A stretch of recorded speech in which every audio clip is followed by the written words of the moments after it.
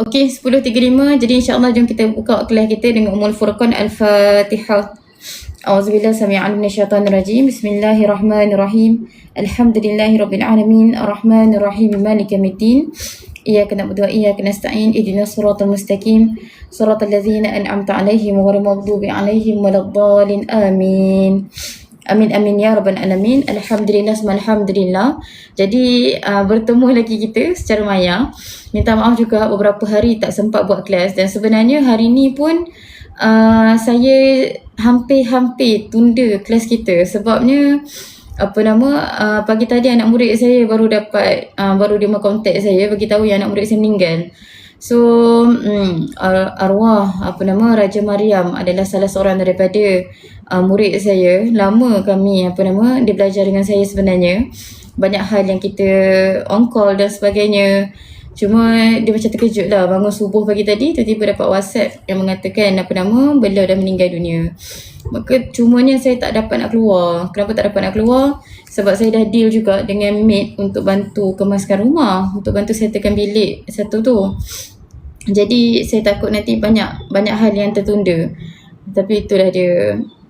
Minyak wangi boleh campur dengan garam ke? Boleh, tak ada masalah. Boleh je. Itulah, saya macam sedih juga tak dapat nak uruskan jenazah arwah. Tapi saya fikir-fikir balik sebab saya pun dalam keadaan demam. Saya bukan risau diri saya, cuma saya risau nanti takut berjangkit ke orang lain. Takut menzalimi orang lain pula kan. Tapi itulah dia perkara yang kita, banyak hal yang kita kena jagalah sebenarnya. Tapi insyaAllah habis kelas nanti memang saya nak shoot lah. Mungkin kita akan end kelas hari ni pukul 12. You all okay ke? Boleh tak saya nak minta izin hari ni? Kelas kita sampai pukul 12 je. Sebab saya ingat saya nak pergi ziarah sekejap. Mungkin kalau anda kata dapat sebelum dia ke bumi ke, dapat solat jenazah pun saya dah bersyukur dah. Boleh Okay, terima kasih semua orang. Okay, jadi tengok pada kitab masing-masing. Okay, Masya Allah. Okay, ahlan wa sahlan Ustaz Yunan. Kita dah segar dah ni, guru-guru kita masuk. Okay, jadi siapa yang ada kitab boleh buka muka surat yang ke-91. Cumanya kakak, perkara pertama yang saya nak highlightkan dekat sini adalah bila kita bercakap berkaitan dengan ilmu tauhid, we must know that saya harap setiap antara kita tu faham.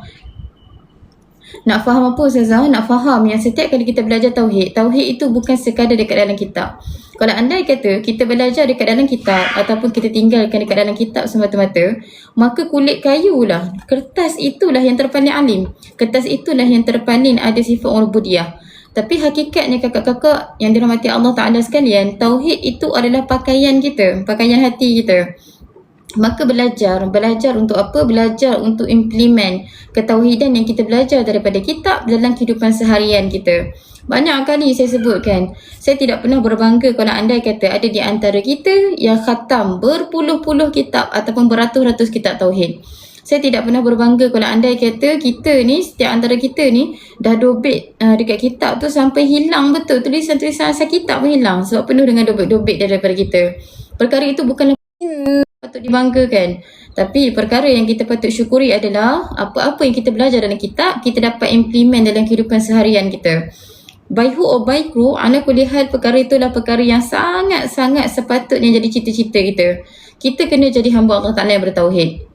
Tauhid dalam percakapan kita, tauhid dalam tindakan kita, tauhid dalam segala apa yang kita buat dalam hidup kita. Biar nampak yang kita ni belajar tauhid dan biar nampak kita ni adalah orang yang bertauhid. Tak nak dah jadi kalau andai kata ngaji, last sekali tidak langsung menambah baik kepada akhlak kita, tidak langsung menambah baik kepada corak pemikiran kita, cara beremosi kita. Nanti saat-saat nanti mulalah orang akan pelik. Sebab apa kakak-kakak? Perasan ataupun tidak, kakak setuju ataupun tidak dengan saya, ramai di antara masyarakat kita, nak kata masyarakat kita ni yang terjumur dekat dalam satu kancah, di mana orang akan cakap, oh orang tu belajar agama, tapi kenapa attitude dia macam gini? Orang tu belajar agama, tapi kenapa macam gini? Perasan tak? Kakak pernah tak hadapi perkara-perkara yang macam itu? Pernah tak orang macam mempersoalkan kita, inilah ciri-ciri orang yang belajar agama dan sebagainya.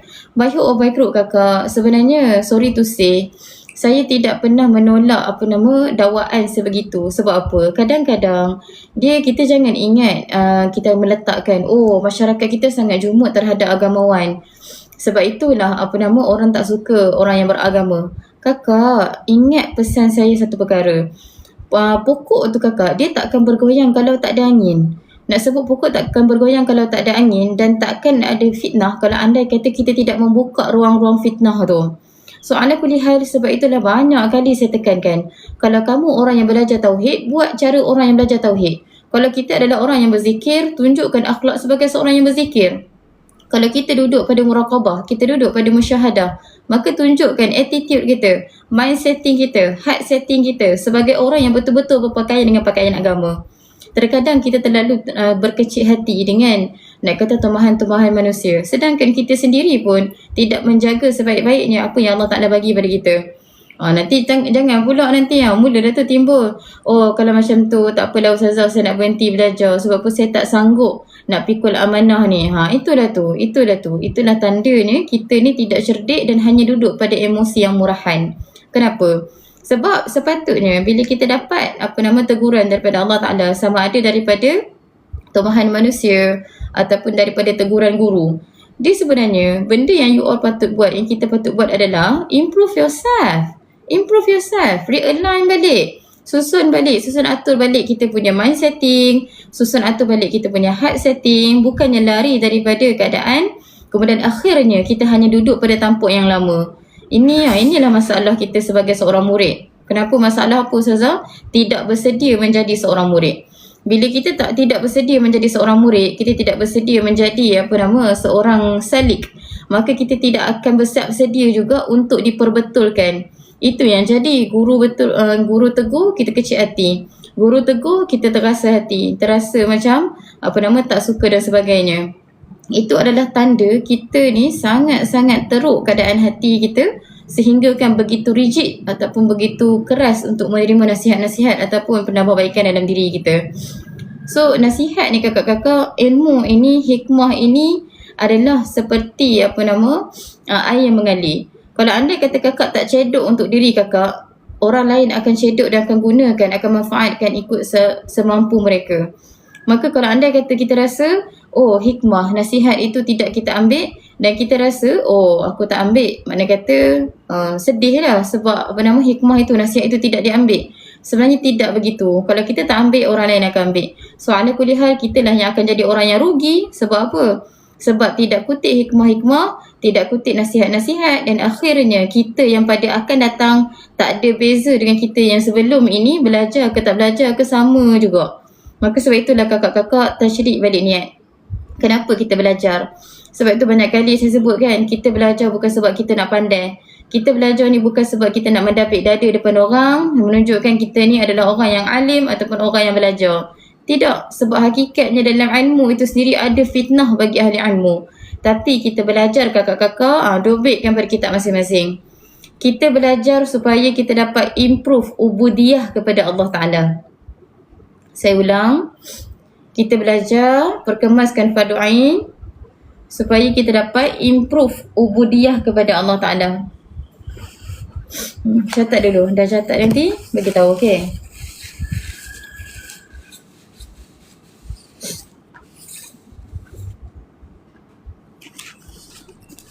Dah belum? Kita belajar ni untuk apa kakak? Untuk improve. Kita nak tambah baik ubudiyah kita pada Allah Ta'ala, kehambaan kita pada Allah Ta'ala. Kita bukan belajar disebabkan kita nak digelar sebagai orang yang belajar ke apa, tidak. Boleh Dan satu kisah kalau kakak-kakak kalau boleh saya kongsikan. Kisah ni adalah tentang Sayyidina Muhammad, salah seorang daripada murid saya, yakni nenek. Nenek kalau koma pernah jumpa, pernah juga turun kat rumah Tuan Mursyid. Mak kepada Mak Ju, nenek kepada Kak Natra, Natasha dan dan lain-lain lah. Dia dah satu family bai'ah dah. Cuma nak bagi tahu ni kakak-kakak, nenek ni umur dia 80 lebih lah. 80 lebih. Maka Mak Ju baru-baru ni bila kami jumpa dekat Perak tu, sebab dia ni orang Jawa Johor. Pengerang Johor. Maka nenek ni bagi tahu yang dia sangat-sangat berterima kasih. Sebab apa? Sebab pada umur 80 tahun baru dia jumpa jalan tariqah, baru dia jumpa jalan untuk mengabdikan diri pada Allah Ta'ala.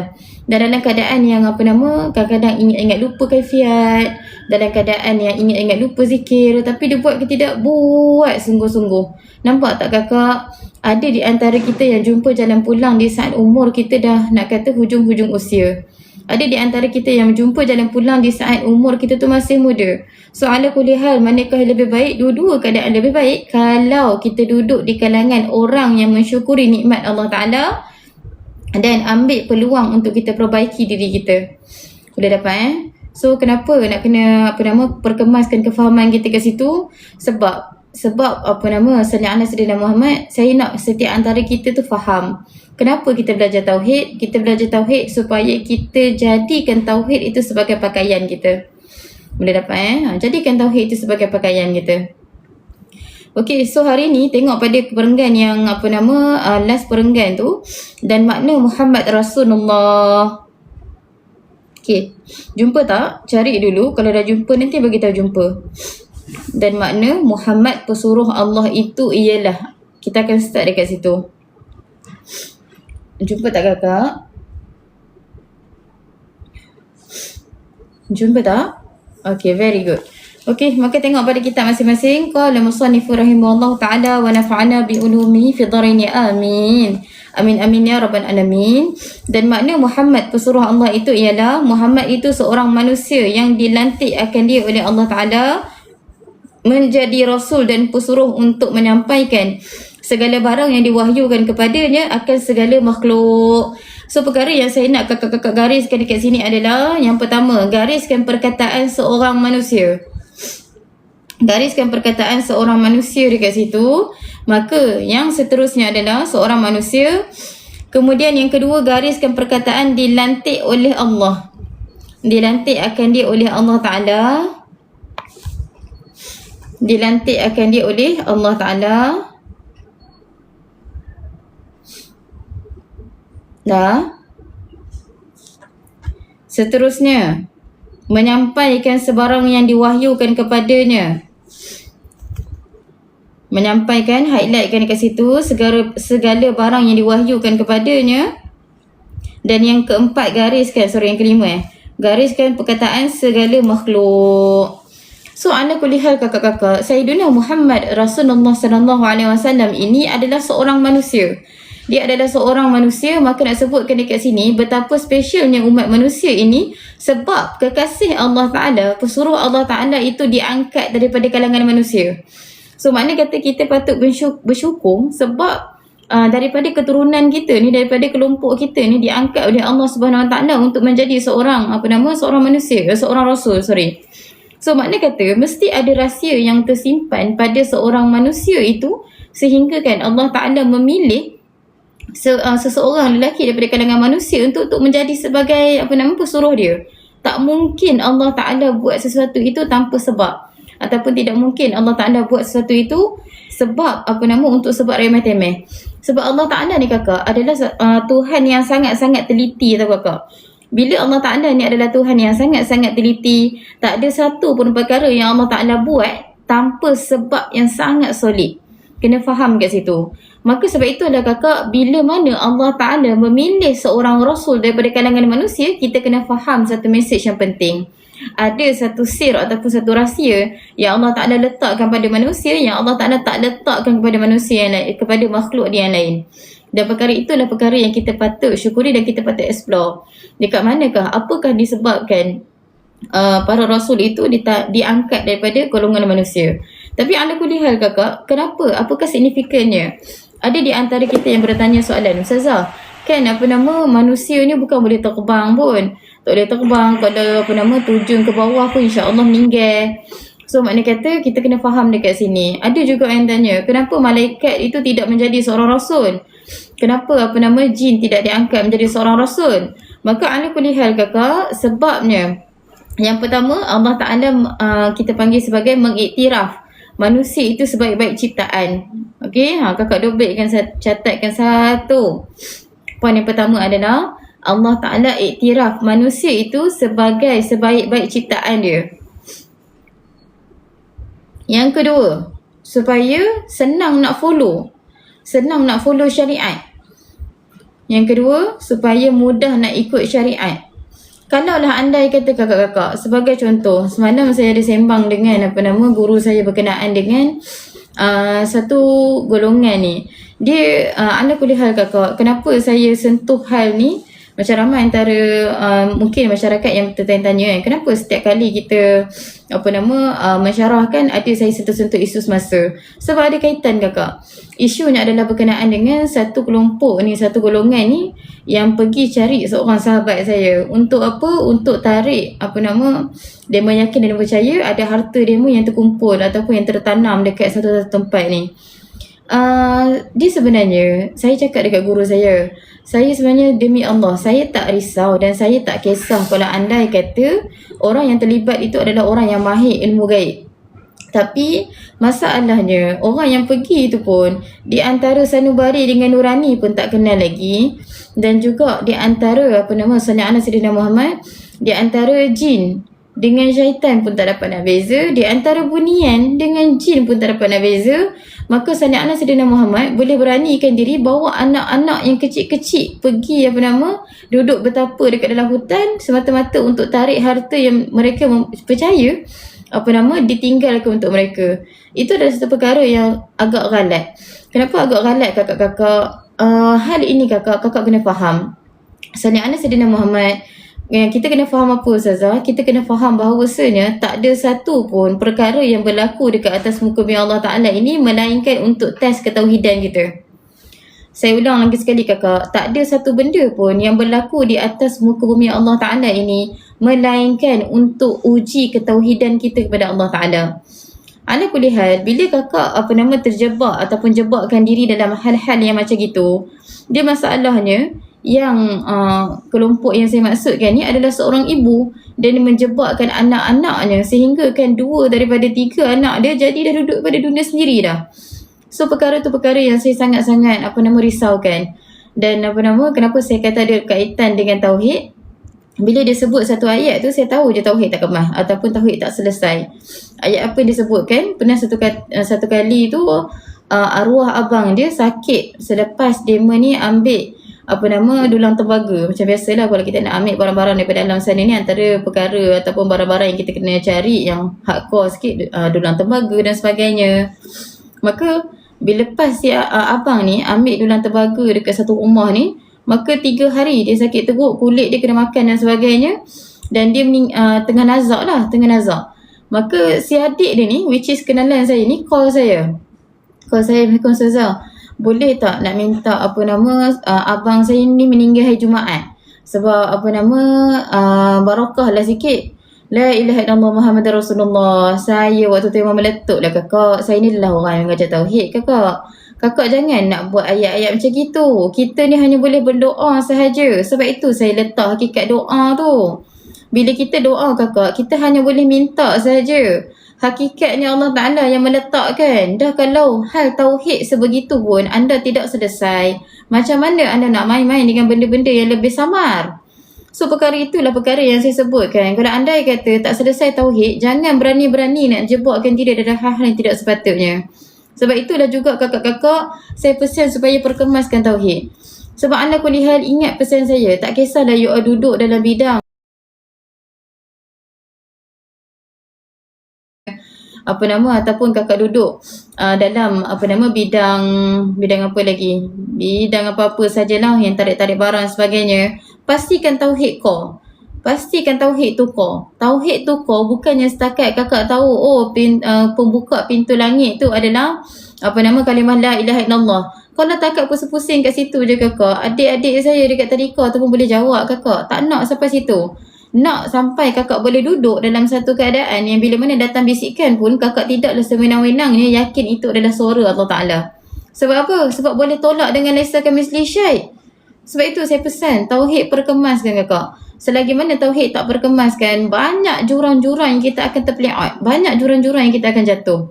So ala kulli hal, tauhid ini by hook or by crook, dia adalah satu vaksin yang akan menyelamatkan kita daripada banyak penyakit.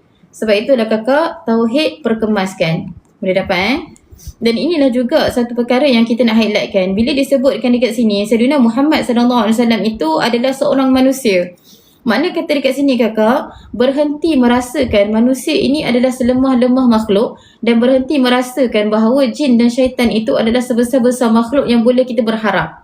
Enough, tak nak bermain kat situ dah. Kenapa tak nak bermain dekat situ?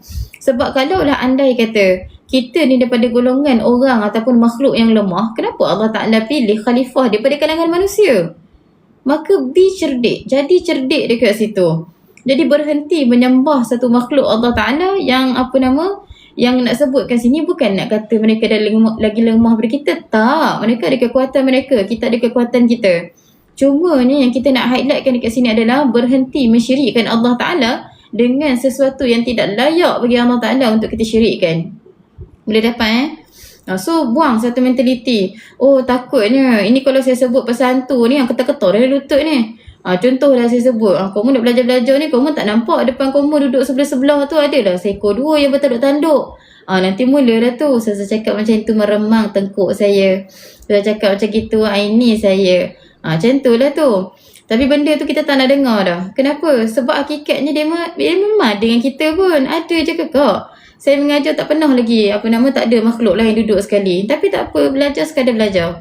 Cuma ni berhenti takutkan pada sesuatu yang selain daripada Allah Ta'ala. Boleh so dah faham dekat situ.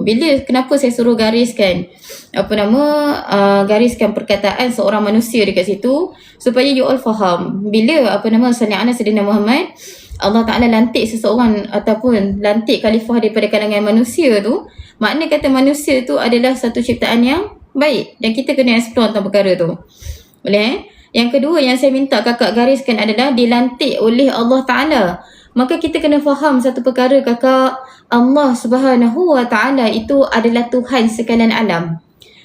Yang kita tahu hanyalah alam jin, alam bunyan, alam malakut, alam jabarut, alam lahut, lagi alam apa? Alam barzah, alam rahim, alam ruh, alam haiwan, alam tumbuhan, alam mikroorganisma, alam virus, alam bakteria. Kita tahu beberapa alam sahaja kakak. Tapi hakikatnya kakak, Allah Subhanahu Wa Ta'ala itu ada lagi banyak alam yang wallahu alam kita sendiri pun tak tahu berapa banyak alam yang Allah Ta'ala ciptakan. Hatta alam angkasa raya, Tuhan adalah tetap Allah Subhanahu Wa Ta'ala. So kalaulah Allah Subhanahu Wa Ta'ala Tuhan semua alam ni, alam manusia, siapa Tuhannya? Allah Ta'ala. Alam jin, siapa Tuhannya? Allah Ta'ala. Alam haiwan, siapa Tuhannya? Allah Ta'ala. Alam pokok-pokok, siapa Tuhannya? Allah Ta'ala. Mana-mana alam sekalipun, alam virus, alam ini, alam itu, semua Tuhannya adalah Allah Subhanahu Wa Ta'ala. Dan sekarang ni kakak-kakak, Allah Subhanahu Wa Ta'ala itu adalah Tuhan yang melantik baginda Nabi SAW. Tuhan yang begitu agung itu telah melantik seorang manusia yang bernama Muhammad bin Abdullah untuk menjadi salah seorang daripada Rasul dia. So itu bukanlah satu perkara yang kecil, tapi adalah perkara yang sangat-sangat besar. Sebab itulah kakak, bila apa-apa melibatkan Allah Subhanahu Wa Ta'ala, maka dia mestilah satu yang besar. Bila ia satu yang besar, maka tidak dapat tidak belajar rendahkan hati. Dan sebab itulah kakak, sama juga bila kita duduk dalam pengajian. Bila kita dengar orang tengah bercakap tentang Allah Ta'ala, harap-harap ramai di antara kita ni kita boleh duduk dalam keadaan yang malu. Malu nak apa? Malu nak bercakap sesuatu yang tidak sepatutnya, ataupun malu nak bercakap tentang diri kita, sedangkan kita tengah mendengar seseorang itu tengah bercakap tentang Allah Ta'ala. So itu adalah adab kita dengan Allah Ta'ala yang kita patut perkemaskan juga.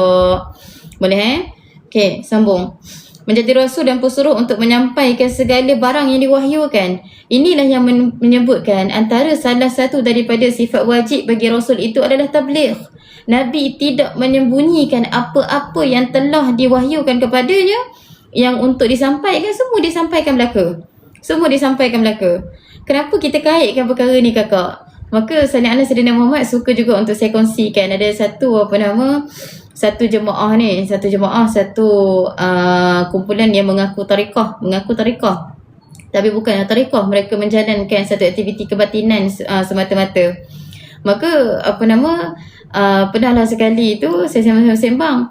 saya tanya kenapa murid ni dia dapat pembukaan ni, saya kata sebab macam saya sebutkan sebelum ni kakak, saya bukanlah orang yang 10 minit ataupun 10 hari dekat jalan tarekat, walaupun bukanlah orang yang telah mencapai akhiruddin ataupun awaluddin pun saya tak sampai lagi, tapi sekurang-kurangnya banyak hal yang kita tahu dan kita ambil tahu. So ala kulli hal, bila saya bagi tahu kepada seorang guru mereka ni, murabbi mereka ni tentang seorang murid yang dah terbuka futuhat ataupun terbuka jazbah, maka kata guru tu, oh tak apa, abaikan je. Saya pun tanya, kenapa nak kena abaikan? Jawapan dia adalah, kalau anda kata murid ni tahu dia adalah dibuka futuhat yang tidak guru dibukakan, maka takut-takut nanti murid ni akan melanggar guru.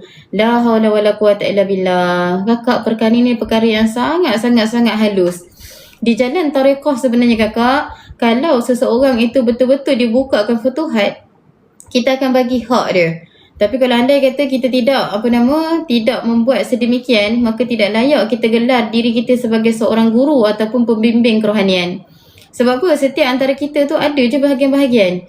Kenapa perkara ni saya tegur kakak? Pernah dulu, Salih Anas Sadida Muhammad, saya belajar lama dengan Tuan Guru Ahmad Nafiri.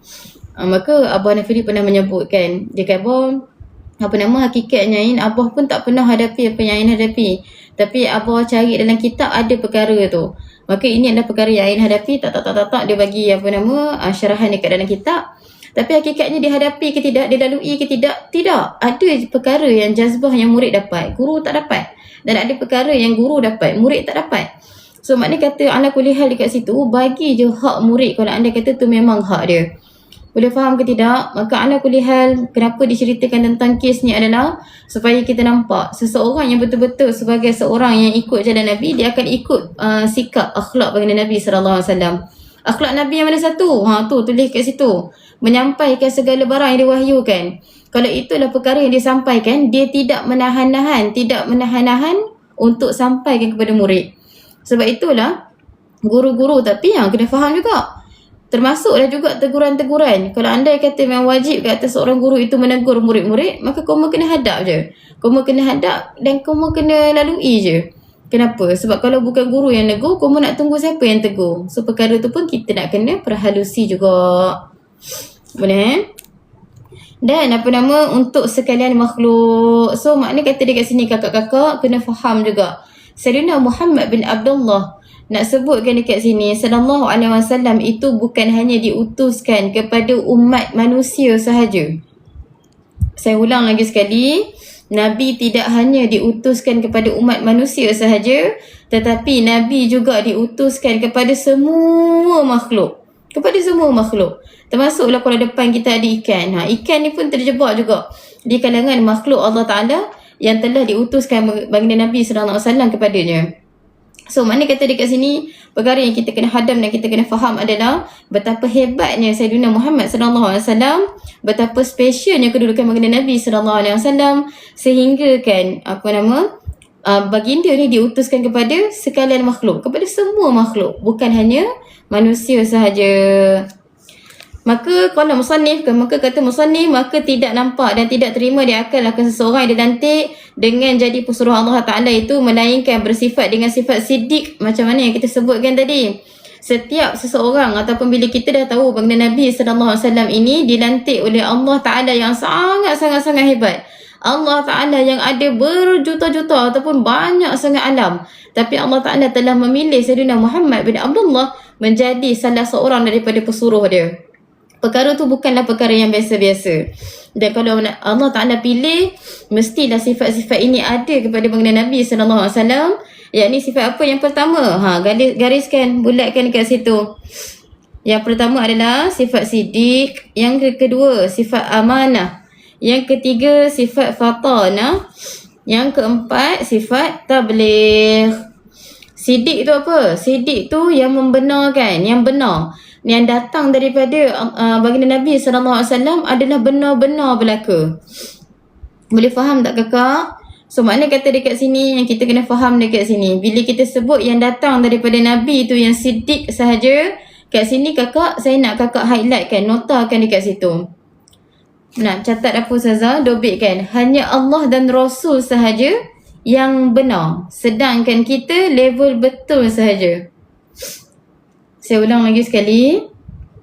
Hanya Allah dan Rasul sahaja yang benar, sedangkan kita adalah level betul sahaja. Kalau dah nanti bagi tahu, okey?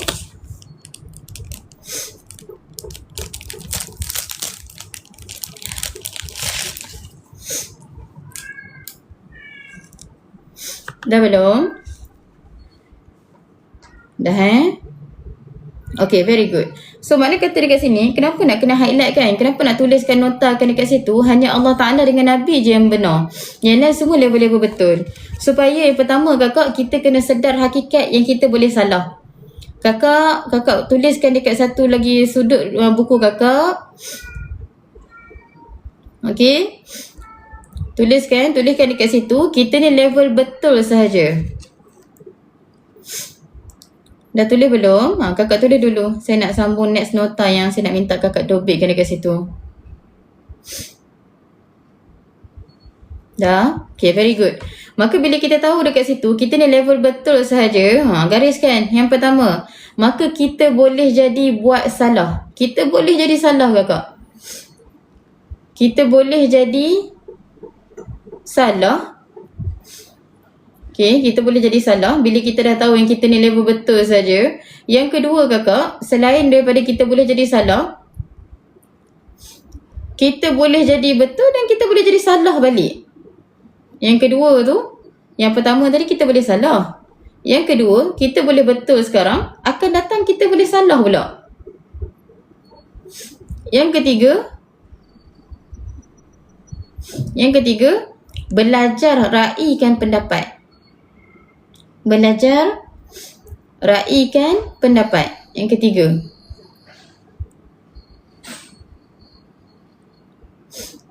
Dah belum? Nanti kalau anda kata you all sempat salin, nanti boleh tolong dobitkan dekat ruangan komen. Mana tahu ada kawan-kawan lain nak salin sekali ke? Boleh. Takut ada yang terlepas pandang nota. Dah? So maknanya kata dekat sini kakak, kenapa Sani Anas Saidina Muhammad pernah sekali tu berlaku seorang kenalan saya ni, dia ngadu pada saya. Dia kata dia masuk live seorang ustazah ni. Saya kata okey. Lepas tu dia kata ustazah tu block dia dekat live. Saya pun tanya, oh ya ke? Kenapa? Maka dia cakap dekat saya, tak tahulah, dia tak apa-apa pun. Dia cuma bagi salam, dia cuma berzikir, dia macam selawat-selawat. Lepas tu ustaz tu, ustazah tu block dia. Maka nampak tak kakak, daripada sudut seorang murid akan merasa macam, oh apa yang salahnya? Aku hanya bagi salam, aku selawat dekat ruangan komen, aku hanya tegur-tegur sapa dengan kawan-kawan lain. So pada seorang murid, perkara tu adalah perkara yang betul. Tapi pada seorang guru tu, apa yang dia buat betul ke tidak? Betul juga. Ustazah yang buat tu pun betul juga. Saya tidak menidakkan walaupun saya tak kenal pun ustazah tu. Kenapa saya sebutkan macam gini? Sebab mungkin dalam bila dia nak mengajar, dia perlu satu situasi yang sangat-sangat tenang. Kalau kita masuk tiba-tiba and then kita bercakap perkara-perkara yang tidak relate dengan pengajaran, memanglah dia block kita. So maknanya kata guru tu buat perkara yang betul pada posisi dia, kita ni murid ni buat perkara yang betul pada posisi kita. Tapi ala kulli hal, boleh ke tidak perkara yang betul jadi salah pada orang lain? Boleh berlaku kakak. Sebab itulah ala kulli hal, perkara yang kita kena faham dan kita kena hadam dekat sini adalah jangan sentiasa kita merasakan diri kita betul je. Sebab boleh jadi kita salah walaupun kita ni adalah seorang mak ataupun seorang mak yang nak sangat kebaikan untuk anak-anak. Perasan ataupun tidak, ramai anak-anak yang ada trauma terhadap mak dengan ayah dia. Walhal kita sebagai mak dan kita sebagai ayah, kita nak ke tak nak kebaikan kepada anak-anak kita? Kita nak kebaikan pada anak-anak kita. Siapa je yang nak keburukan pada anak-anak kita? Tapi kita akan buat pada posisi yang betul pada kefahaman kita yang berumur mungkin 30 tahun, 40 tahun. Tapi kakak, anak-anak kita yang pada umur 6 tahun, 8 tahun, 10 tahun, 15 tahun, mereka juga ada perasaan yang betul pada posisi mereka pada ketika itu. So ala kulli hal, kita mungkin betul, anak kita mungkin betul. Tak ada siapa pun di antara kita yang benar. Maka sebab itulah kakak belajar meraihkan pendapat walaupun daripada orang yang kita tak pernah tak kenal. Itu perkara yang pertama. Yang keduanya, belajar meraihkan pendapat daripada orang-orang sekeliling kita juga. Benda tu sangat-sangat bagus in order untuk kita berpijak pada bumi yang nyata. Bila kita tidak berpijak pada bumi yang nyata, itu yang apa yang berlaku adalah dia akan berlaku penyelewengan. Dia akan berlaku kepincangan dekat situ.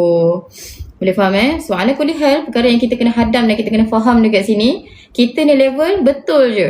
Bila kita level betul je, kita boleh buat salah ke tidak? Ya, kita boleh buat salah dan kita akan buat salah. Mungkin pada saat ini kita salah, tapi akan datang kita betul. Dan boleh berlaku juga, pada saat ini boleh jadi kita salah. Tak ada siapa pun yang backup kita. Tak ada siapa pun yang stand dengan pendapat kita. Tapi akan datang kelak, boleh berlaku ke tidak kita betul? Boleh berlaku. Sebab kita ni level betul saja, bukan level benar. Yang benar tu hanyalah Allah dan Rasul sahaja. Boleh dapat tak kakak? Setakat ni boleh faham tak? Beza di antara benar dengan betul. Ya, kenapa? Kenapa? Siapa kacau awak? Ha? Ya. Duduk. Kau duduk sini. Dah duduk. Iya. Sekejap lagi main lah. Okay. Macam itulah. Apa dia? Dia manggil-manggil pada tadi. Kau mau tahu tak kenapa dia manggil? Dia nak main. Tak ada siapa main dengan dia. Itulah dia. Nanti yang. Duduk dulu. Mami nak ngajar. Awak duduk dulu. Nanti baru kita main. Okay? Okay. Itulah ada anak. Kau mau ingat apa nama Komo je ada anak. Saya pun ada anak juga. Apa ingat? Boleh ngadu lah. Tak ada siapa nak main dengan dia. Okay. Dia nampak jin kot. Dia pun jin juga. Itulah dia. Komo nak tahu tak? Acik ni dia ada satu bau dia sangat-sangat wangi. Tak tahulah. Saya rasa kalau acik ni manusia, dia adalah seorang lelaki yang sangat-sangat maskulin. Dia sentiasa wangi. Saya tak tahulah. Pakai baju ada orang nak ambil awak. Dia sentiasa wangi. Semalam saya dah balik. Mungkin 3 hari saya tak balik. Tapi Masya Allah, wangi seumur dia. Tak nak. Mami tahu apa awak nak buat. Sibuk nak ambil ikan puyuh. Boleh? So mana kata kat sini, so kena faham berkenaan beza di antara benar dengan betul. So bila kita tahu beza di antara benar dengan betul tu, dah tak ada alasan dah untuk kita sikit-sikit. Allah. Acik. Ni lah Mami nak gigit awak ni. Dia bukan peneman setia. Dia adalah disaster yang setia. Tapi itulah dia. Sama mana tu tadi? Hilang dah ayat. Sekejap Dia tengah main ikan. Makin ganas. Dia dah tak apa. Dia dah keluar dah. Atas cik. Dia main kat luar ni. Main tomen. Okay. Kamu tak tahu apa yang berlaku pagi tadi. Dia teman saya gosok gigi. Lepas tu dia tamparnya saya punya dia tampar saya punya bulu gigi. Terpelanting bulu gigi saya di subuh hari je. Kita hanya dekat level betul je. Betul Tuan Fitri. Sebab itulah dalam perkara yang berlaku dekat dalam hidup kita kan. Kadang-kadang kita macam tertanya-tanya, kenapa orang ni buat macam gini kat aku? Kenapa orang ni tak layan aku sebegini? Sedangkan aku buat macam gini, macam ni. Maka ala kulihan, perkara yang kita kena hadap dan kita kena faham dekat sini, kita ni level betul je. Bila kita hanya level betul, boleh jadi ke tidak apa yang kita buat tu salah pada orang lain? Boleh jadi. Boleh jadi apa yang kita buat tu salah pada orang lain. So ala kulihal, perkara yang kita kena hadap dan kita kena faham dekat sini, belajar berlapang dada. Sebab boleh jadi apa yang kita buat tu adalah salah di sisi orang lain. Boleh faham jadi kita kena faham kat situ. Kita kena hadam. Supaya apa? Supaya kita tidaklah menyalahkan orang lain, tidaklah mengumpul-ngumpul trauma seolah-olah macam orang lain sahaja yang bersalah, sedangkan kita tu sentiasa betul. Ataupun kita tidak duduk dalam satu keadaan yang kita merasakan seolah-olah macam orang lain je betul, kita ni semua salah. Tu masalah juga. Sebab apa? Kena ingat poin yang kedua yang saya sebutkan tadi. Boleh jadi sekarang kita salah, akan datang kita betul. Dan boleh jadi sekarang kita betul, akan datang kita salah. So boleh saja berlaku perkara-perkara yang macam gitu. Boleh dapat Okay, sambung. So itu adalah sidik. So makna kata yang benar tu hanyalah Allah dan Rasul sahaja. Yang kedua adalah amanah. Bila sebut baginda Nabi SAW tu ada sifat yang beramanah, makna kata apa? Makna kata dekat sini Sayyidina Muhammad Nabi itu tidak nak kata tak ada kompromi. Kalau itu yang diperintahkan oleh Allah Subhanahu Wa Taala, itulah yang akan disampaikan oleh baginda Nabi sallallahu alaihi wasallam. Tak ada disebabkan orang ni adalah anak dia, orang ni adalah orang yang dia sayang, maka syariat itu tidak berlaku. Tak ada kakak. Sebab itulah kakak-kakak kita kena faham dan kita kena hadam, itulah sifat yang kalau andai kata kita ni betul-betul sallallahu alaihi Sayyidina Muhammad, betul-betul ikut jalan Nabi, maka kita sepatutnya ikut juga akhlak Nabi tu. Memang kena amanah, walaupun orang tak nak terima kebenaran yang kita bawa. Tak apa, bawa aje. Tentang nak terima ke tak nak terima ke urusan dia dengan Allah Taala. Sedangkan kita kena menyampaikan perkara yang betul. Tapi janganlah nak sampaikan perkara yang betul tu sampai kita menzalimi orang. Pastikan berhikmah. Belajar politik dalam kita berdakwah juga. Boleh dapat Itu adalah amanah. Yang ketiga adalah fatanah. Fatanah tu apa? Fatanah tu adalah bijaksana. Kena jadi baginda Nabi sallallahu alaihi wasallam itu adalah seorang manusia yang sangat-sangat bijaksana. Bila bijaksana, pada fatanah itu juga ada hikmah. Ada hikmah dekat situ, hikmah dan kebijaksanaan. Bila ada hikmah dan kebijaksanaan dekat situ, makna kata Sayyidina Muhammad, Nabi SAW tidak pernah buat sesuatu perkara yang dalam bahasa kita sekarang kita panggil macam minta maaf sebut, tapi dia macam bodoh-bodoh gitu. Tak ada. Lawak Nabi pun lawak yang cerdik. Hatta lawak Nabi pun lawak yang cerdik. Tahu kakak? Nabi pernah Sayyidina Muhammad bergurau dengan dengan para sahabat. Kakak pernah tak dengar kisah Nabi bergurau berkenaan dengan kurma tu? Pernah tak? Ke tak pernah dengar kisah yang Nabi bergurau dengan para sahabat Sayyidina Ali berkenaan dengan kurma? Pernah ke tak pernah? Tapi kamu kena belajar cara gurau cara Nabi ni. Kenapa? Supaya bila kita nak bergurau pun ada juga Sayyidina Muhammad dapat pahala juga dalam kita bergurau. Tak pernah lagi, tak apa, kita share sikit. So Sayyidina Muhammad pernah satu ketika tu baginda Nabi sallallahu alaihi wasallam makan kurma dengan Sayyidina Ali. Tengah makan-makan duk galik tu, tak Nabi buat apa? Nabi tolak biji-biji kurma tu dekat belah Sayyidina Ali. Kan bila kita makan apa-apa yang berbiji, kita akan keluarkan biji tu tinggal kat situ kan, kumpul kat tengah-tengah tu kan. Maka dah ada dah. Lepas tu dia tolak biji tu, baginda Nabi tolak biji-biji tu duduk dekat kumpulan Sayyidina Ali tu lah. Maka Nabi cakap lah, wahai Ali, tengok ni aku makan kurma sikit je. Tengok biji aku sikit je ada. Tahu tak Sayyidina Ali balas apa? Sayyidina Ali balas, sebab aku ni Rasulullah makan kurma makan isi buah aku, biji tu tinggal kat luar. Tapi engkau makan kurma tu sekali dengan biji-biji. Sebab tu biji tu tak banyak, walaupun banyak dah makan kurma.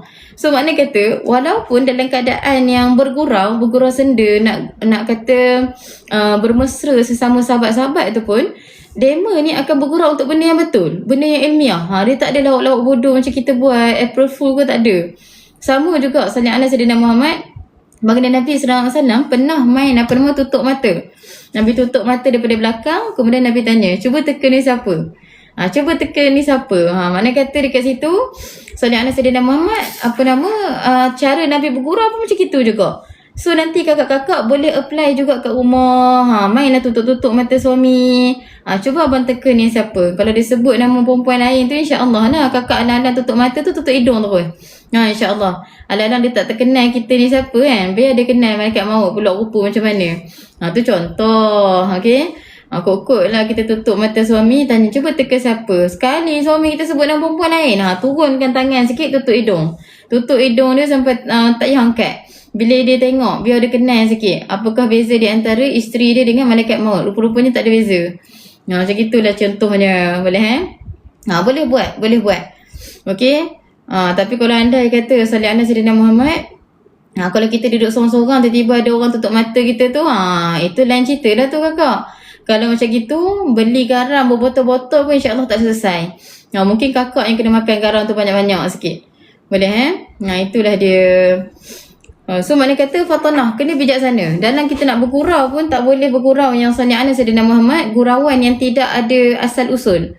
Nabi ajar kita nak bergurau pun bergurau benda-benda yang benar. Menarik kan? Itulah bijaksananya Nabi.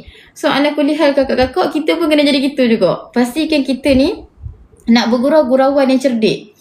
Boleh Kalau bergurau, kawan nyanyi nanti hujan tu boleh ke? Boleh je, tapi ada double meaning dekat situ kakak. Yang pertamanya kakak cakap, dah sudah mendung dah. Sebab kau nyanyi lah tadi ni. Maka dia ada dua maksud kakak. Yang pertamanya, dia menyanyi tu punyalah tak sedap sampai langit pun menangis. Boleh berlaku yang tu juga. Yang keduanya kakak, punyalah sedap kawan tu nyanyi sampai turun hujan barakah. Sebab hujan tu bawa rahmat. So maknanya kata kalau anda kata dia merajuk tu, kakak twist lah perkara yang kedua tu. Pastikan nak bergurau apa gurau yang cerdik. Maknanya kata dekat sini, kakak bergurau tu adalah hujah dan evidence. Kenapa kakak cakap suara dia punca hujan tu turun. Sebab kakak kena faham. Bersama hujan tu turun tu adalah bersama dengan barakah. Barakah turun sekali, rahmat turun sekali. Maka anda kuliah bolehlah jadi dalam kita nak kutuk dia tu bukanlah nak kata suara dia macam kata purung, tapi irah-irah tu ada lah kan. Macam itulah. Tapi menarik apa. Kalau agak-agak panas tu suruh dia menyanyi. Tak adalah kita kena buat solat sunat istisqa. Kita suruh je member kita menyanyi. Mana tahu insya-Allah hujan ke. Boleh menarik soalan tu. Macam itulah. Okey, sambung. Tabligh menyampaikan. So makna kata 4 sifat ni adalah sifat wajib bagi Nabi. Nabi wajib menyampaikan apa-apa yang telah disampaikan yang diwahyukan Allah Ta'ala kepada baginda. Baginda wajib menyampaikan kepada yang lain juga. Okey, yang tak boleh simpan-simpan. Itu adalah mengenai Nabi SAW. Wajib menyampaikan. Walaupun perkara itu adalah perkara yang berat. Dan tengok dekat situ kakak, dan berperangai dengan perangai manusia yang tidak mengurangkan akan martabat dan hikmah jadi Rasul itu, dan tidak pula bersifat dengan segala lawan bagi sifat tersebut. Maka gariskan kakak highlight kan, daripada berperangai dengan perangai manusia tu sampai lawan bagi yang tersebut. Okay, kakak highlight dulu. Dah highlight nanti kakak bagi tahu, okay? Kakak highlight dulu. Kalau dah bagi tahu, okey? Assalamualaikum Ustaz Naufal. Macam mana Ustaz Naufal? Dah sihat ke?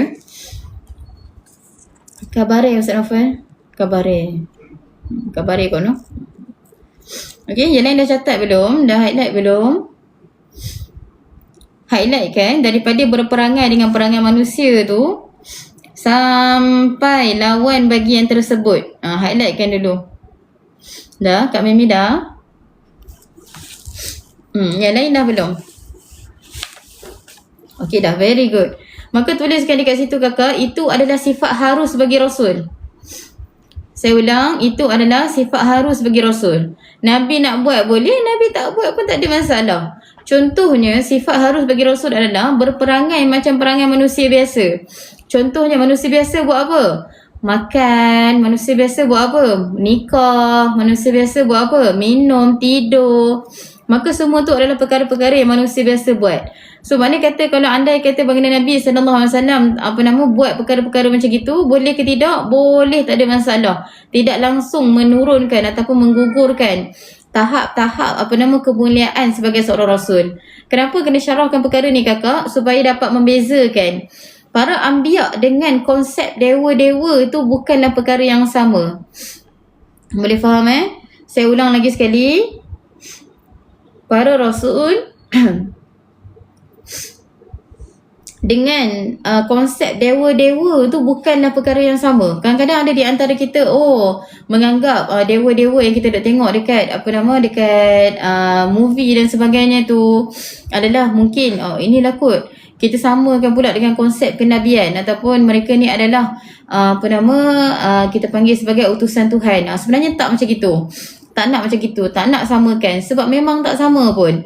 Sebab kalau kita tengok konsep dewa-dewa, dema ni tak boleh makan, tak boleh nikah, tak boleh minum dan sebagainya. Bila dema buat perkara-perkara macam itu, dia anggap sebagai dosa-dosa besar. So benda tu tak sama dengan para anbiya. Sebab apa? Harus bagi Rasul untuk bersifat dengan sifat-sifat manusiawi selagi mana tidak menjatuhkan ataupun tidak menggugurkan kemuliaan sebagai seorang Rasul. Boleh Sebab itulah ada sebahagian Nabi yang bernikah, ada sebahagian Nabi yang tak nikah, ada Nabi yang makan, ada Nabi yang berpuasa. Maka tak ada masalah. Dan ada Nabi yang makan dan berpuasa serentak. Maka tak ada masalah. Boleh je berlaku perkara macam itu. Boleh Okey, sambung. Mana tadi entah? maka jumlah yang dirantaikan daripada Muhammad Rasulullah itu 9, dan apabila dihimpunkan barang yang dirantai itu daripada makna la ilaha illallah iaitu 41, nescaya dewa-dewa itu dicipta oleh angka manusia yang sempit. Betul Ustaz Faiz. Cumanya kalau boleh kita sembangkan juga berkenaan dengan ni. By the way, Ustaz Faiz pun ada mengajar kitab juga. So for those yang saya tak buat live ke, selalu Ustaz Faiz dia buat live waktu maghrib. Saya selalu juga join. So siapa yang nak belajar more, boleh kejar Ustaz Faiz. So mana kata dekat sini ada satu konsep tau, Sayyidina Anas Sayyidina Muhammad di kalangan jin ni, sebab jin ni ada banyak level. Maka selalunya level-level jin yang geng-geng kanyangan ataupun jin-jin kanyangan ni, maka dema ni juga dipercayai sebagai dewa-dewa. So boleh jadi kalau setakat yang saya kaji berkenaan dengan, saya kaji kisah dalam sejarah kemelayuan, macam mana orang Melayu ni boleh syirikkan Allah Ta'ala dalam satu skop. Dan bila saya kaji juga berkenaan dengan konsep dewa-dewa ni, saya jumpa persamaan di antara ciri-ciri dewa ni dengan jin kayangan.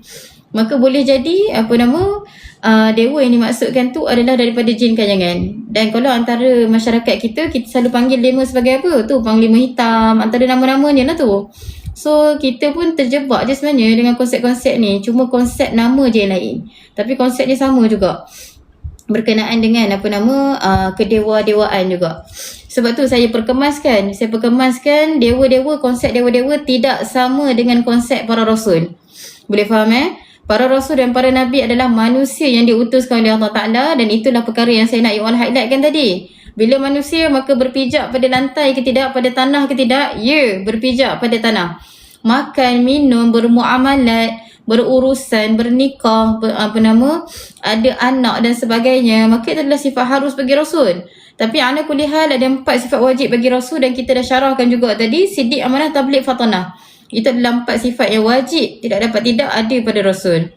Boleh dapat So makna kata kalau anda kata ada dakwaan yang mengatakan para rasul ni adalah nak kata ada kaitan dengan dewa-dewa, itu pun kita kena kita kena bangkang dah, kita kena cantah daripada fikiran kita. Boleh Okey, sambung. Mana tadi? Nescaya jadilah segala akidah yang wajib bagi tiap-tiap mukallaf itu mengetahui serta mengaku dalam hatinya dengan sungguh segala yang wajib dan dengan tidak segala yang mustahil, dan berlaku dengan segala tidak yang harus. So mana kata dekat sini, yang dimaksudkan dekat sini, bila kita ada syahadatain. Syahadatain ni makna kata 2 kalimah syahadah lah. Yang pertama kita bersyahadah la ilaha illallah. Maka pada la ilaha illallah itu dia maksudkan berantai. Kalau tengok dekat situ, musannif menyebutkan perkataan dirantai. Dirantai itu makna kata something yang bersangkut paut. Maka bila kita syarah tentang kalimah la ilaha illallah tu kakak, la ilaha illallah itu, maka pada kalimah la ilaha illallah itu ada sifat iftiqar, ada sifat istighna. Istighna tu apa? Kayanya Allah Ta'ala. Tak ada satu pun yang Allah Ta'ala tak ada, dan dia tak perlukan apa-apa langsung. Dan iftiqar, disebabkan Allah Ta'ala itu kayanya Allah Ta'ala tu, maka makhluk ni berhajat kepada Allah Ta'ala. Itulah iftiqar. Maka pada kalimah la ilaha illallah itu ada apa tadi? Iftiqar dan juga istighna. Iftiqar, lagi sekali saya sebutkan, yang kedua adalah istighna. Dan pada kalimah iftiqar dengan istighna tu juga ada 41 sifat. 41 sifat yang menceritakan tentang iftiqar dan istighna-nya Allah Ta'ala. But still, adakah Allah Ta'ala tu ada 41 sifat je Ustazah? Tidak. Cumanya 41 tu hanyalah disiplin ilmu untuk memudahkan kita faham sahaja. Boleh faham tak? Saya ulang lagi sekali, dia adalah satu disiplin ilmu untuk memudahkan kita faham sahaja. Sebagai contoh macam mana? Okey, sebagai contoh dekat sebuah negara. Maka dekat dalam sebuah negara ada raja dan ada rakyat, ada penguasa dengan ada rakyat. Soalan saya, selain penguasa, selain rakyat, ada ke tidak nenek-nenek yang lain-lain tu? Ada je. Okey, contoh macam kita ada pilihan raya dan kita mengundi ataupun kita memilih pemimpin kita. Tapi adakah dekat dalam satu negara tu hanya ada pemimpin dan hanya ada rakyat yang manusia ketul-ketul ni je? Jawapannya tidak. Maka itu yang dimaksudkan. Exact nak kata bilangan makhluk Allah Ta'ala tu kita tak tahu. Ataupun exactnya sifat Allah Ta'ala tu kita tak tahu. Tapi yang kita tahu adalah sifat-sifat kesempurnaan semua milik Allah Ta'ala. Very good Kak Ina. Boleh So maknanya kata ni adalah satu disiplin ilmu saja. Tak nak nanti syarah. Macam mana? Takkan Allah Ta'ala ada 20 sifat je? Tidak. Itu hanyalah disiplin ilmu sahaja. Boleh faham Maka itu adalah di bawah la ilaha illallah. Bila sebut di bawah la ilaha illallah ada berapa sifat? Ada 41 sifat. 41 tu sifat yang mana satu Ustazah? 20 sifat wajib bagi Allah Ta'ala, 20 sifat mustahil bagi Allah Ta'ala, yakni lawan pada dia, dan satu sifat harus bagi Allah Ta'ala. Maka cukup 41. Okey, 41.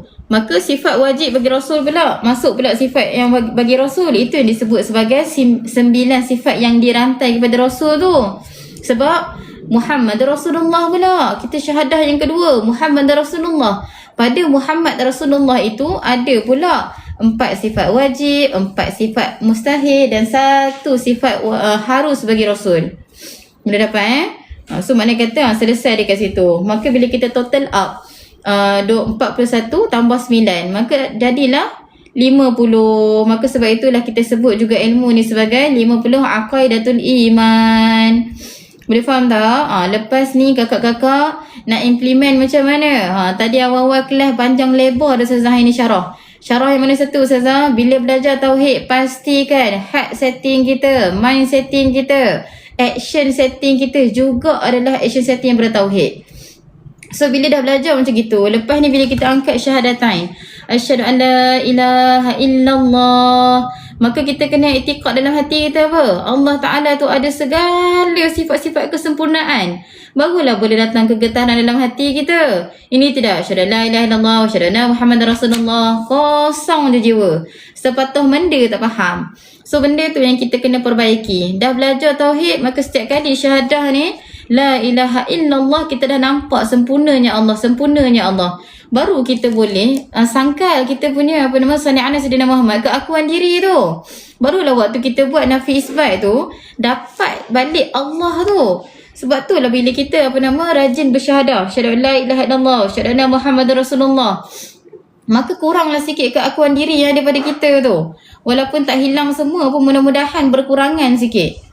Boleh faham So aplikasikan macam mana ketauhidan kita dalam apa yang kita buat. Sama juga bila kita syahadah wa asyhadu anna Muhammadar Rasulullah, syahadah yang Muhammad itu adalah pesuruh Allah, maka kena tahu betapa tablighnya sallallahu Sayyidina Muhammad baginda Nabi sallallahu alaihi wasallam. Tahu apa tadi yang kita dah tahqiq kan? Nabi tu yang paling benar. Nabi tu memang sebenar-benarnya Nabi. Yang ketiga, kita tahu juga Siddiq dah tadi, tabligh dah kita dah tahu tadi, fatanah. Nabi tu mesti seseorang yang bijaksana.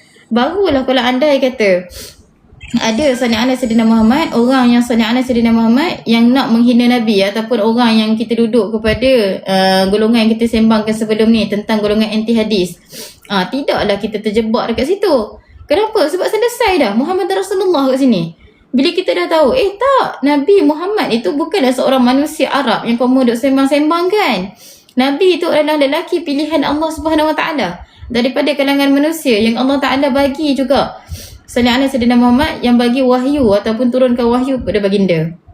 Boleh dapat So kena perkemaskan dekat situ berkenaan dengan Nabi. Selesai dah, cantik dah kat situ. Kemudian menentang tadi semuanya 50 akidah sebagai wajib ain dengan jalan tafsil. Bahkan sekalian akidah yang wajib bagi Allah Ta'ala dan yang mustahil bagi Rasul tidak terhingga itu dirantai semuanya pada 2 kalimah itu. Nampak tak? So 50 aqaidatul iman itu disebutkan dekat sini, dirantai dekat dalam kalimah la ilaha illallah Muhammadar Rasulullah. Semua dirantai pada situ. Sebab itu bila kita kaitkan pula, bila kita berzikir, bila kita sallallahu Sayyidina Muhammad, bila kita bersyahadah, bila kita bila kita munajat, la ilaha illallah, tidaklah hanya suara sahaja yang keluar. Tidaklah hanya sebut dalam hati saja, sir saja, tak nak. Pastikan kita faham juga apa yang dimaksudkan dengan kalimah la ilaha illallah. Sehingga suatu tahap kakak-kakak, daripada kalimah la ilaha illallah yang kita fahami itu juga kita dapat duduk hudurkan hati dalam tawajuh pada Allah Ta'ala. Boleh faham apa dia? Sekejap Sekejap, saya jawab soalan kejap. Kawan saya dia ajar budak buat ciri-ciri Nabi, okey. Lepas tu dia pernah cakap, orang pakai serban ni kolot, boleh ke? Dia macam gini. Sebenarnya soalan-soalan macam gini ataupun provokasi macam gini, saya dah pernah sebutkan sebelum ni. Dia ada 2 lawyer yang akan menang hujah dekat muka bumi Allah Ta'ala ni, tuan-tuan. Yang pertama adalah seorang lawyer yang memang dia terror hujah. Seorang lawyer kita yang pergi keluar masuk mahkamah tu. Yang itu kalau kamu belajar perundangan, kamu boleh duduk kat situ. Tapi kalau tidak, kamu boleh duduk pada lawyer yang kedua, yang ni lawyer buruk. Kamu duduk pada lawyer buruk aje. Tak payah kalut-kalut nak jawab soalan-soalan yang tidak sepatutnya jawab tu. Sebab kalau disebutkan berkenaan dengan kekolotan, maka dia duduk pada satu posisi yang tidak menerima tidak menerima keterbukaan juga adalah satu yang kolot. Soalan itu sendiri pun soalan yang kolot. So maknanya kata jangan habiskan emosi kita untuk perkara-perkara yang mengganggu emosi. Sebab apa? Pada saya, kalau andai kata kita habiskan sifat kita ataupun hati kita fokus kepada nak gocoh semata-mata, maka membazir masa. Kalau kakak-kakak tuan-tuan nak tahu, saya banyak kali kena tegur dengan musyrik saya. Kita kan bila kita duduk di kalangan bila kita duduk pada posisi mengajar ni, kadang-kadang banyaklah hal-hal yang berlaku, benda khilaf tapi nak juga disyarahkan ataupun nak juga disembang-sembangkan. Maka Tuan Musyrik saya pernah sebut pada saya, dia kata yang kamu habiskan masa untuk perkara sia-sia tu kenapa? Banyak lagi kerja nak kena selesaikan. So maknanya kata itulah dia. So boleh gelak je, senyum dekat dia supaya dia boleh berfikir.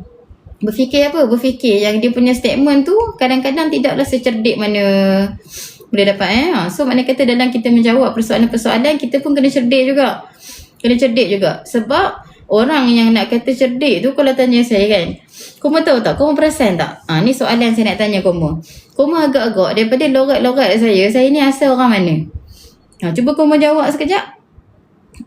Sekadar yang kamu dengar dia. Kalau andai kata kamu dengar tu macam orang sini, jawab je lah orang sini. Kalau andai kata waktu kamu dengar tu macam orang lek-lek no tu, kamu komen je lah. Okay, mana tadi? Seluruh Malaysia. Pahang, Kedah, Perak. Perak. Ganu. Pahang, Perak, Baling, Kedah. Sabah. So maknanya kata kenapa Ustazah Ain ni dengar tu macam Johor. Sekarang Kedah, kejap lagi Pahang, kejap lagi Kelantan. Sebab apa gitu? Sebab Sani Anas Sayyidina Muhammad, saya sangat-sangat suka logat. Maka bila saya suka logat, apa yang berlaku adalah bila saya belajar dengan guru-guru daripada Pahang, maka belajar juga dialek Pahang. Bila kita pergi Kelantan, maka kita kecek Kelantan lah. Takkan nak kecek utara. So maknanya kata bila kita duduk dekat Pahang, nak interaksi dengan orang Pahang tu, keluar juga Pahangnya. So maknanya kata bila kita duduk dekat belah-belah Kedah, maka kena cakap Kedah So maknanya kata kat sini, kenapa berlakunya bila kita logat, bila kita raikan bahasa-bahasa tempat. Macam semalam bila saya bawa Munirah balik rumah saya, maka bila saya bawa balik rumah, bapa saya ni orang Sabah. Maka bila orang Sabah ni, kita memang cakap Sabah. Memang logat-logat tu Sabah. Sini bah. Bawa balik saya bawa balik apa kat bapa saya semalam? Bawa balik baju daripada Pahang. Lepas tu panggil lah dia, Baba, sini bah. Kak ada baju untuk Baba ni bah. So mana kata raikan walaupun kita ni tidaklah pandai mana bah. Tapi kita sebut juga. So maknanya kata dekat sini, Munirah pun macam, kenapa pula jika Ain dia tiba-tiba cakap logat lain ni. Tapi itulah dia kakak. Logat-logat tu menunjukkan kita ni ada sifat keterbukaan dan kita meraikan, dan itulah keunikan kita dalam kita memimpin. Lebih kurang macam gitu. So maknanya kata, yang sama juga dengan pemakaian. Saya sangat suka pakaian-pakaian tradisional. Sebab tu kalau kamu tengok, bila saya pergi event, baju-baju saya tu banyak ikut event.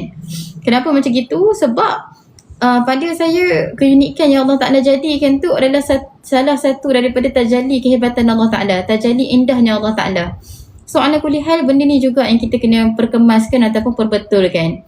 Tak kisah orang tu nak pakai sari, saya pun ada sari. orang tu nak pakai cheongsam, orang tu nak pakai baju kebudayaan, nak baju kurung Kedah, baju kurung Johor. Tapi Johor dia kembang sikit lah tapi nak sebut bagi tak kisah. Mana-mana sekalipun dia adalah satu perkara yang kita boleh raikan, dia satu keunikan. So kalau kita sendiri yang menolak satu ni, kita siap-siap Kelantan, tak ambuh gitu kan, kita tak ambuh orang luar, kita nak siap-siap Kelantan kita je. So makna kata kalau anda kata gitu jadi, makna kata kita ni masih duduk pada tertutup, tidak keterbukaan. Sama juga kalau kita ni orang Johor, tak nak suka orang negeri-negeri lain ataupun tak nak meraihkan pakaian-pakaian negeri lain. Makna kata kita ni dalam duduk pada masalah, kita duduk di bawah, ibarat katak bawah tempurung. Katak tu pun tentang bawah tempurung tu ada Netflix, tapi kita tak ada Netflix, duduk ni gitu, bela-bela katak lah gitu. Boleh faham So makna kata belajar raikan keterbukaan, daripada pakaian ke, daripada logat ke, daripada budaya ke, raikan je. Okay, itulah dia. Boleh lepas ni Kak Ellie datang kuliah Darul Hikam tu pakai sari Kak Ellie kita satu Malaysia kena belajar juga logat-logat lain. Kamu sabar je. Bulan 1 nanti kita kena ni belajar bahasa orang asli. Boleh tak guna istilah set Kelantan jangan pecah. Set Kelantan jangan pecah ni kita tak mau dengar dah. So maknanya kata dekat sini kalau boleh set kita ni semua dia memang tak nak pecah dah. Boleh penyasari boleh. Nanti kau terjerut kat leher tu nasi-nasi koma dia. Okay, itulah dia. Okay, sambung sikit kakak. Okay, buat kesalahan Kak Fit. Saya habiskan muka surat ni je Lepas tu saya rasa saya dah dapat chat dia tu. Saya rasa saya nak kena gerak segera. Okay, so sambung. Mana tahu tadi? Okay, barangkali kerana itulah dijadikan Allah Ta'ala. Kalau musannif, barangkali kerana itulah dijadikan oleh Allah Ta'ala pokok dan pendahuluan bagi orang yang kafir yang menghendaki masuk Islam. Nampak tak kakak? Mana kata apa dimaksudkan oleh musannif ni? Sebab pada sanad Sayyidina Muhammad, pada kalimah la ilaha illallah itu adanya nafi, adanya isbat. Pada kalimah la ilaha illallah itu adanya istighna, adanya iftiqar. Pada Muhammad Rasulullah itu kita boleh kenal siapa Sayyidina Muhammad sallallahu alaihi wasallam, dan kita boleh kenal kalau anda ikut jalan Nabi. Kalau kita ni nak ikut jalan Nabi, maka kita kena sanad Sayyidina Muhammad, kita kena ikut jugalah akhlak-akhlak Nabi. Maka kalau anda kata kita ni semua benda lah kita nak cakap maka kita tidak lagi ikut jalan Nabi. So perkara tu adalah perkara yang kita kena hadam dan kita kena faham. Memang tidak boleh, tidak dapat tidak. Maka kalau betul kita ni umat Nabi, ikut jalan Nabi. Kalau betul kita ni adalah hamba Allah Ta'ala, buat apa yang Allah Ta'ala suka. Hudurkan, fahamkan, hadapkan diri kita pada Allah Ta'ala yang Tuhan sekalian alam tu. Boleh Dan disebabkan itulah kata musannif, nak masuk Islam maka sanad Sayyidina Muhammad perlunya mengucap kalimah la ilaha illallah Muhammad Rasulullah. Wallahu alam. Nanti insya-Allah next class nanti kita akan cover muka surat 92. By the way, saya minta maaf juga sebab terpaksa habiskan awal kelas hari ni sebabnya ada kematian. Ada murid saya meninggal dunia, jadi saya agak rushing nak pergi ziarah. Nak tanya boleh ke? Boleh, tak ada masalah, boleh DM saya. Tapi kamu kena faham lah, andai kata soalan tu soalan yang saya dah pernah jawab dekat dalam live, memang saya buat tak tahu je. Kenapa? Sebab saya nak didik you all. Bila duduk dalam pengajian, fokus betul-betul. Bukan semua benda tu, bukan semua tempat boleh buat main. Itu perkara yang pertama. Yang keduanya, kalau nak DM tu, pastikan DM perkara yang relevan ataupun perkara yang sepatutnya dibincangkan. Bukannya nak DM saya, nak tanya khabar dah makan ke belum, lambat lagi saya nak balas benda-benda macam gitu. Boleh So maknanya kata perkara itulah perkara yang sanad Sayyidina Muhammad kita kena perhalusi dan kita kena percantikkan. Saya tak ada masalah kalau anda kata nak DM saya, nak bertanya soalan, saya sangat-sangat raikan. Cuma pastikan tanya soalan tu cerdik sikit. Boleh Okay. Dia mari dah. Okay, wallahu alam, insya-Allah kita jumpa esok untuk pengajian Mami nak habis kelas dah je. Untuk pengajian fiqh. Okay, untuk pengajian fiqh pula esok. Maka ada rezeki nanti kita jumpa esok insya-Allah. Maka wallahu alam, kita tangguh kelas kita dengan tasbih kafarah dan surah Wal Asr. Subhanakallahumma bihamdika asyhadu an la ilaha illa anta astaghfiruka wa atubu ilaik. Bismillahirrahmanirrahim. Wal 'asr innal insana lafi khusr illa alladhina amanu wa 'amilus solihat wa tawassaw bil haqqi wa tawassaw bis sabr. Assalamualaikum warahmatullahi ta'ala wabarakatuh. Kakak tu ke, abang tu ke, tuan tu ke, puan tu ke. Tak nak guna perkataan budak tu. Okay, ni Kak Fit, apa nama, Presiden NGO Percaya, Raja Mariam. So beliau ni memang kalau you all perasan, Percaya tu dia orang selalu jemput saya untuk majlis-majlis berkaitan dengan artis-artis ataupun demo jemput saya berkaitan dengan Salih ala Sayyidina Muhammad untuk event-event yang itulah yang nak kata pentarbiahan. So mana kata itulah dia, saya dapat khabar pagi tadi dia meninggal, dia ada radang paru-paru. So itulah, boleh Okay, saya nak kena jaga anak ni pula. Okay, ada rezeki terjumpa lagi. Saya end up, okay? Iya, awak yang kacau lah mami, okay?